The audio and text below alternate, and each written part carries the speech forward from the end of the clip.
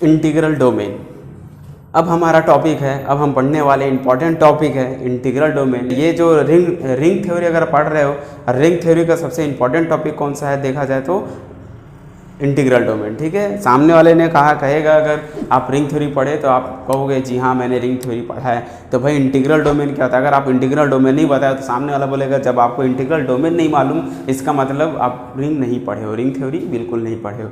ठीक है, तो रिंग थ्योरी के लिए ये एक इंपॉर्टेंट टॉपिक है कौन सा, इंटीग्रल डोमेन। और इंटीग्रल डोमेन हमारे IIT जैम में भी इंपॉर्टेंट है और साथ में नेट में भी इंपॉर्टेंट है। यहाँ से क्वेश्चन बिल्कुल आते ही हैं और आपको एकदम अच्छे से इसको स्टडी करना है। ठीक, अब देखिए फ्रेंड्स, अगर आपको इंटीग्रल डोमेन पढ़ना है, इंटीग्रल डोमेन के लिए एक सबसे इंपॉर्टेंट टूल है जिसको हम बोलते हैं जीरो डिवाइजर्स। क्या, जीरो डिवाइजर। तो जब तक आप जीरो डिवाइजर्स को क्लियर नहीं करेंगे तब तक आपको ये इंटीग्रल डोमेन आपको समझ में बिल्कुल नहीं आएगा। जीरो डिवाइजर्स अगर आप पढ़ लिए, आपको अगर समझ में आ गया जीरो डिवाइजर, तो इंटीग्रल डोमेन आपके चुटकियों का खेल होगा। Clear, a ring R plus dot is any ring. क्या है, एक रिंग है आपके पास, an element A, non zero element A belongs to R is called the zero divisors if non-zero element B belongs to R such that A dot B equal 0। ये आपको मिल जाए।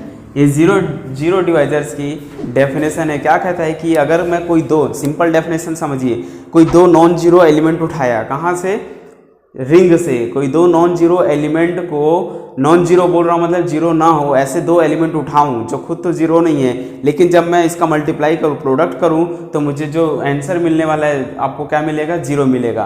यानी कि दो नॉन जीरो एलिमेंट का product अगर zero मिल गया तो वो जो एलिमेंट है वो क्या कहलाएगा, जीरो डिवाइजर कहलाएगा। और वो रिंग क्या बन जाएगा, वो रिंग आपका बन जाएगा जीरो डिवाइजर्स। इस रिंग को फिर मैं बोलूँगा जीरो डिवाइजर्स। क्लियर, बात समझ आई क्या बोला, कि कोई दो नॉन जीरो एलिमेंट का अगर मैं मल्टीप्लाई कर दूं और मुझे आंसर जीरो मिल जाए तो वो जीरो डिवाइजर्स कहलाते हैं। ठीक है, इसको कुछ एग्जांपल के थ्रू आप समझते हैं तो ज़्यादा अच्छा समझ आएगा। Z6 की बात करूँ, Z6 जो रिंग है, ये एक रिंग है। ठीक है, और इसके एलिमेंट कौन कौन होंगे, तो भाई Z6 में कौन कौन होता है, 0 1 2 3 4 5 मॉडुलो 6। ये एक Z6 के एलिमेंट होते हैं। हमें क्या खोजना है, जीरो डिवाइजर्स। अब जीरो डिवाइजर्स कौन होता है, मैंने क्या बोला, नॉन जीरो एलिमेंट, मतलब जीरो को तो लेना नहीं है, नॉन जीरो एलिमेंट उठाना है इनमें से कोई भी। अगर मैं कोई दो एलिमेंट उठाया, मान लीजिए 2 और 3, दो नॉन जीरो एलिमेंट है, 3 भी नॉन जीरो एलिमेंट है, रिंग का मेंबर है यानी कि Z6 का मेंबर है। अगर मैं इसका मल्टीप्लाई करूँ 2 × 3 कितना आएगा, 6, और 6 का मॉडुलो 6 लगाऊंगा तो कितना मिल जाएगा, मुझे जीरो मिल जाएगा। तो यहाँ पर देखिए कि जो है दो नॉन जीरो एलिमेंट का मल्टीप्लाई किया, मुझे जीरो मिल गया, then 2 is called zero divisor. और ये रिंग क्या बन गया, जीरो डिवाइजर्स बन गया। देन इस रिंग को बोलेंगे हैज अ जीरो डिवाइजर्स। वो रिंग आपके क्या हो गया, जीरो डिवाइजर्स को रखता है।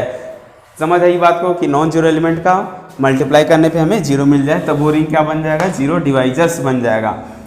इसी प्रकार अगर मैं बात करूँ, ये मैंने Z6 लिया, ठीक है, अगर मैं बात करूँ Z4 की, तो Z4 में भी देखिए कौन कौन है, तो 0 1 2 3 4। अगर मैं इसे 4 तो नहीं आएगा, 4 मॉडुलो लगा रहे हैं इसमें, देखिए ठीक है। अब बताइए इसमें नॉन जीरो एलिमेंट कौन है, तो जीरो को तो लेना नहीं है, बाकी एलिमेंट को चेक करते हैं कि क्या बन पाएगा, किसका मल्टीप्लाई करें। तो देखिए 2 को 2 से मल्टीप्लाई कर दीजिए, 2 to 4 मॉडुलो 4 लगाऊंगा तो जीरो मिल जाएगा। इसका मतलब 2 क्या है, जीरो डिवाइजर है। और जीरो डिवाइजर हो गया मतलब ये रिंग क्या बन गया, जीरो, ये रिंग बन गया आपका जीरो डिवाइजर्स। क्लियर। अगर मैं Zn की बात करूं तो Zn एक जीरो डिवाइजर्स होता है कि नहीं चेक करते हैं। उससे पहले आपको Z प्राइम नंबर पे चेक करते हैं, 0 1 2 3 4, ठीक है। अगर मैं इसमें देखो, इसमें एक जीरो डिवाइजर्स की बात करूं तो इसमें कौन होगा जीरो डिवाइजर्स, तो कोई भी नहीं होगा। ऐसा एक भी एलिमेंट नहीं मिलेगा जिसका मल्टीप्लाई किसी के साथ करने पे जीरो मिलेगा, ठीक है, क्योंकि मॉडुलो 5 एक प्राइम नंबर है और प्राइम के इसमें किसी का भी मल्टीप्लाई करोगे जो आएगा 5 से मॉडुलो लगाओगे वो या तो जीरो तो नहीं आएगा, 1 2 3 या 4 आ जाएंगे, ठीक है। क्योंकि ये क्या है, एक प्राइम है। अगर आप किसी के भी साथ मल्टीप्लाई कर दे, सेम का टेबल से थ्रू जा सकते हैं, मल्टीप्लाई करना है तो 1 2 3 4 1 2 3 4 टेबल बनाओगे जल्दी बनेगा, ठीक है। और ये इजी होता है टेबल के थ्रू चेक करना, इसको कैले टेबल बोलते हैं। देखिए 1.1 कितना होता है 1 होता है, 1.2 2, 1.3 3, 1.4 4, मॉडुलो 5 है तो वही आएगा। 2 के साथ मल्टीप्लाई करूँगा तो 2 2 जब 4, अब 4 का 4 ही आएगा, 3 इसका 6 हो गया, 6 का मॉडुलो लगाया 1, फिर 2 4 8, 8 मॉडुलो 5 लगाऊंगा 3 के साथ मल्टीप्लाई कीजिए, 3 6 का आ जाएगा आपका 5 के साथ 1, और 3 3 जा 9, 9 का मॉडुलो 5 लगाया 4, 3 4 12, और 12 का मॉडुलो 5 लगाऊंगा तो 2, 4 का मल्टीप्लाई किया 4 4 2 8, 8 तो आएगा नहीं, 8 का मॉडुलो 5 लगाओगे तो 3 आ जाएगा, 12 आएगा, 12 4 3 12, और 12 का मॉडुलो 5 लगाओगे तो 2 मिल जाएगा, 4 4 16 मॉडुलो 5 लगाएंगे तो आपका आएगा 4, क्योंकि 16 को डिवाइड करोगे तो 4 नहीं आएगा 1 आएगा, क्योंकि 5 3 जा 15 होता है, रिमाइंडर 1 आएगा। तो देखिए यहाँ पर कहीं भी जीरो नहीं मिला, मैंने हर नॉन जीरो एलिमेंट का आपस में मल्टीप्लाई किया, मुझे कहीं भी जीरो नहीं मिला। मिला क्या जीरो? नहीं मिला जीरो। इसका मतलब Z5 क्या बन गया? एक हैज़ नो जीरो डिवाइजर्स, इसके पास एक भी जीरो डिवाइजर्स नहीं है। और जब जीरो डिवाइजर्स नहीं होते ना तभी हम वो आगे पढ़ेंगे इंटीग्रल डोमेन में, क्लियर।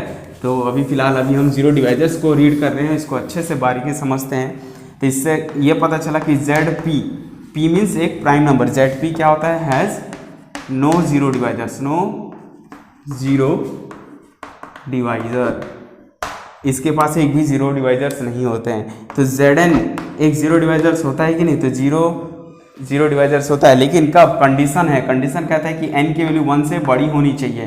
क्यों? क्योंकि अगर मैं बात करूँ Z1 की, तो देखिए Z1 में कौन होता है? Z1 में तो सिर्फ और सिर्फ एक ही एलिमेंट होते हैं, जीरो। और हमको तो किसके जीरो डिवाइजर किस पे चेक करते हैं, किस पे अप्लाई होता है? नॉन जीरो एलिमेंट पे। और यहाँ पर तो जीरो एलिमेंट है कि भी नहीं, इसीलिए कंडीशन क्या है?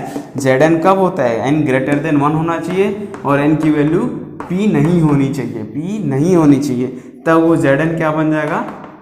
Then Zn has zero divisors, has zero divisor. तो उसको, उस रिंग को मैं जीरो डिवाइजर्स बोलूँगा, यानी कि Zn एक जीरो डिवाइजर्स होता है। कब होता है? जब ये n की वैल्यू या तो 1 से बड़ी हो और साथ में n की वैल्यू प्राइम नहीं होनी चाहिए, क्योंकि अगर प्राइम हो गया तब वो क्या हो जाएगा आपका?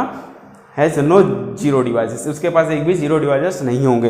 तो फाइनली ZP जो प्राइम नंबर का है वो क्या हो गया? एक हैज़ नो जीरो डिवाइजर, इसके पास एक भी जीरो डिवाइजर्स नहीं होते हैं और इसके पास होते हैं, क्लियर। जो इंटीजर्स का सेट होता है ये भी एक जीरो डिवाइजर्स होते हैं। क्यों होते हैं?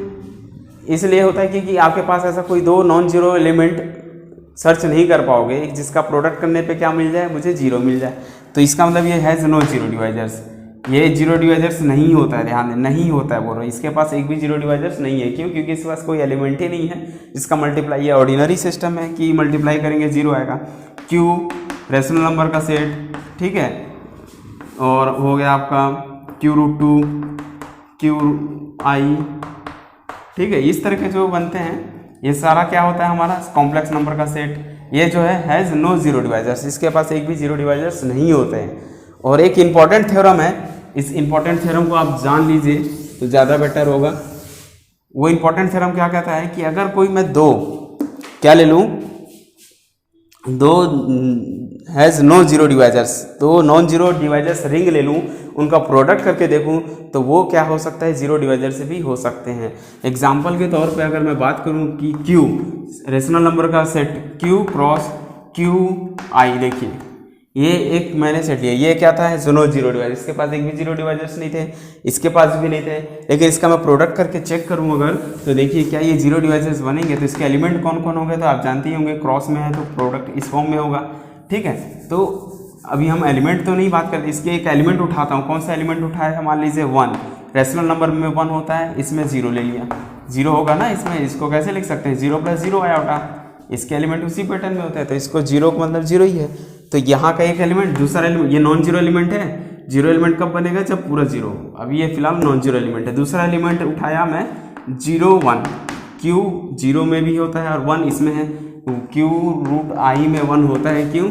क्योंकि 1 को मैं लिख सकता हूँ ना ऐसे 1 प्लस 0 आयोटा, ये बिलोंग करेगा क्यू ऑफ आई, यानी कि 1 तो एग्जिस्ट है इसमें, तो ये भी नॉन जीरो एलिमेंट, ये भी नॉन जीरो एलिमेंट। अगर मैं इसका मल्टीप्लाई करूँगा तो मल्टीप्लाई हम कंपोनेंट वाइज करते हैं 1.0 0 0.1 0, तो देखिए दो नॉन जीरो एलिमेंट का प्रोडक्ट क्या हो गया, जीरो हो गया, आ गया ना जीरो। इसका मतलब ये जो रिंग बनेगा वो कौन सा रिंग बन जाएगा, has zero divisors, zero divisors का रिंग होगा। जबकि आप देख सकते हैं कि Q एक जीरो डिवाइजर्स नहीं था, Q ये गॉसियन इंटीजर है रेशनल नंबर का, ठीक है, ये क्या है, ये भी एक जीरो डिवाइजर्स नहीं थे, लेकिन दोनों का प्रोडक्ट एक जीरो डिवाइजर्स बन गया। ये भी एक इम्पॉर्टेंट थ्योरम था, ठीक है। यदि हम जीरो डिवाइजर्स की बात करें, the number of zero divisors in Zn, ठीक है, क्या नंबर ऑफ जीरो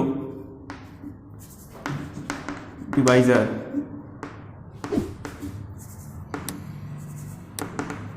Zn में जो है, Zn में जीरो डिवाइजर्स कितने होते हैं, तो इसके लिए एक फॉर्मूला है, वो फार्मूला कौन सा है, n माइनस, इसके लिए फार्मूला क्या है, n minus five of n plus 1।